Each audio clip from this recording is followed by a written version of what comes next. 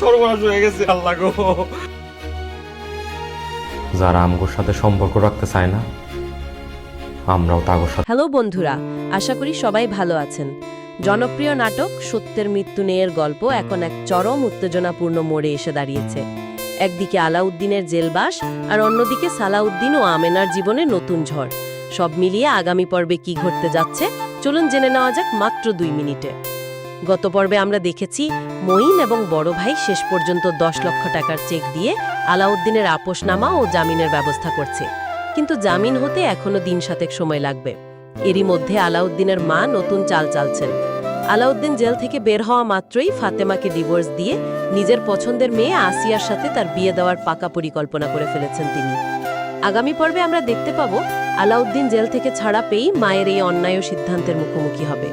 কিন্তু আলাউদ্দিন কি ফাতেমাকে ছেড়ে আসিয়াকে বিয়ে করতে রাজি হবে, নাকি মায়ের বিরুদ্ধে বিদ্রোহ করবে?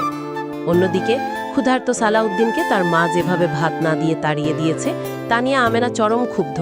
সে শ্বশুর শাশুড়ির এই অন্যায়ের প্রতিবাদ করতে চায়, কিন্তু সালাউদ্দিন তাকে আটকে দেয়।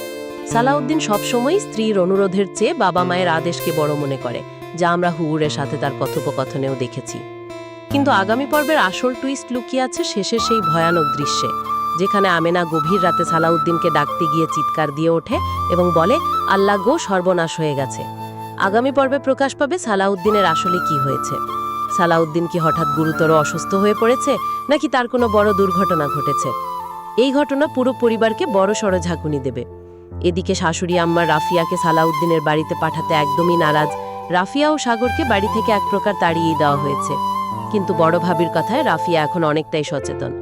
আগামী পর্বে দেখা যাবে মায়ের এই অন্যায়ের বিরুদ্ধে মঈন কিংবা সাগর শক্ত কোনো পদক্ষেপ নেয় কিনা।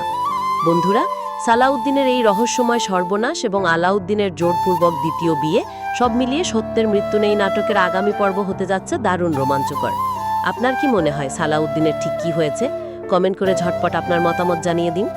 ভিডিওটি ভালো লাগলে লাইক করুন এবং আমাদের চ্যানেলটি সাবস্ক্রাইব করে পাশেই থাকুন। ধন্যবাদ।